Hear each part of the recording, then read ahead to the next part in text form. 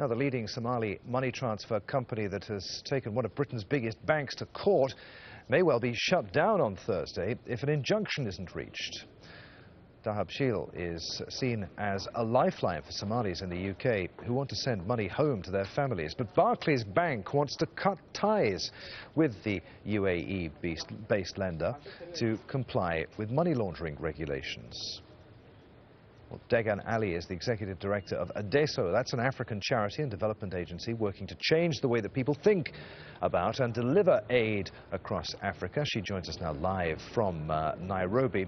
So the CEO of Dahabshil says that this is a matter of life and death for those who rely on his company's services. Is it? Yeah, thank you for having me, Adrian. Yes, it is. We estimate that at least 40% of Somalis rely on remittances from diaspora who have immigrated out of Somalia in the past 20 years since the Civil War.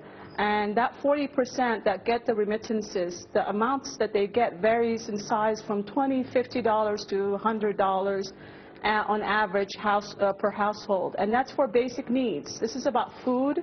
It's about shelter, it's about education for their children, and it's about health care. So we're talking about basic necessities. So, Degan, what happens if that flow of money stops? Well, as you know, Somalia has just recently come out of a famine. So Somalia has been hardest hit globally by food insecurity, and the last two famines that have occurred in the past 20 years have both been in Somalia.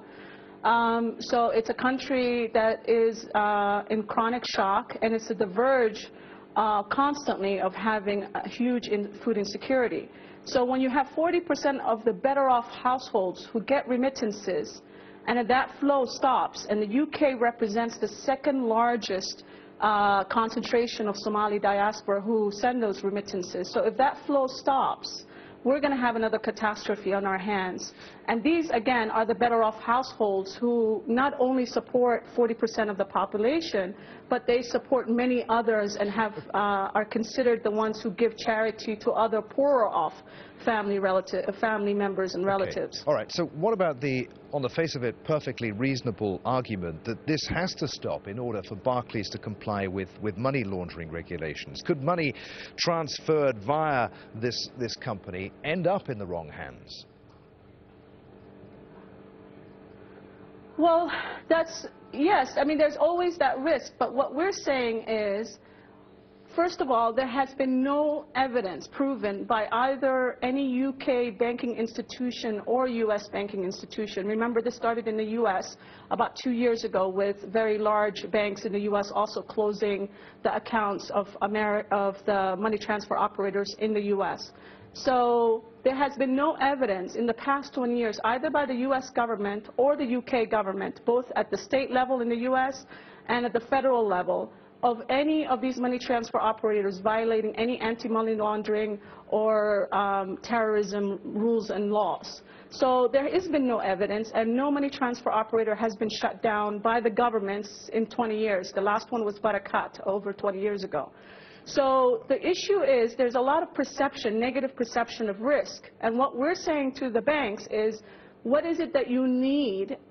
Be transparent. Tell us what it is that you need that will alleviate this perception, that will help you feel more secure about working with the money transfer operators.